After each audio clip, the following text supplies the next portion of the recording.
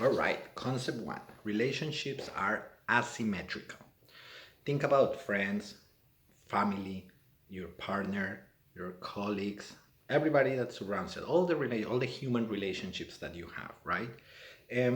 Something that we usually don't think about is how much do I feel for this person versus how much that person feels for me. So let's try to quantify feeling. Let's say that if we say negative 100 to 100, right? That's going to be the scale of liking somebody. So that's basically a negative 100 is I hate that person or, very dislike. And 100 positive is I am in love with that person. Like I love them, right? Cool. So when you meet someone, you fall somewhere in the scale. By the way, zero, let's say that you just don't care about them. But let you fall somewhere in the scale, negative 100 and 100, right?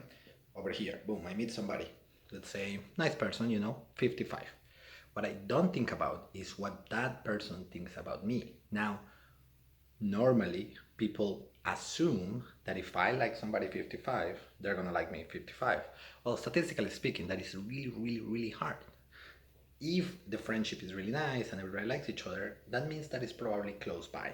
But the reality is that it's very hard to make that happen. So probably what really happens is that there is a mismatch.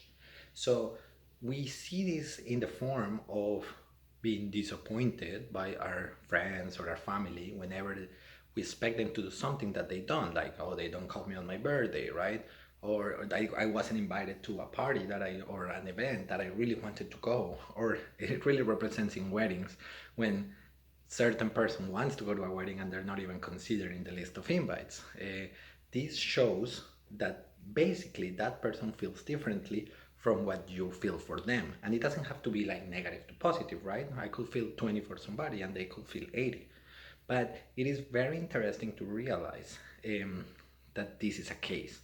And the faster you realize this, the less disappointed you're going to be in life because you're going to realize that a lot of people just feel differently. That's it. It's normal, right? And keep in mind that things change over time, right? Like we could start like this, and with time it goes closer.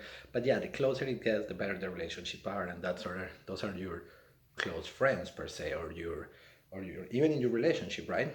Your romantic relationship. Uh, Chances are you're always like this, and it moves a little bit and moves that or up and down. But the moment you start getting this in a relationship, a big delta, then that's where you start having problems, and that's where you start being like, oh, maybe I don't like my partner the way I did, or they don't like me the way they did. But it really changes the way of thinking of friendships whenever you realize that it's asymmetric, and that way you know where you are, and when you know where you stand, and if you know that you have a delta and you really want that relationship to flourish, you have to work on that so that either you lower your expectations and match it with them, or you do something so that they go up. It's very important. That way, nobody's disappointed, everybody's happy, um, and it just leads to less interhuman conflict. So that's it, pretty simple. Concept one, relationships are asymmetrical.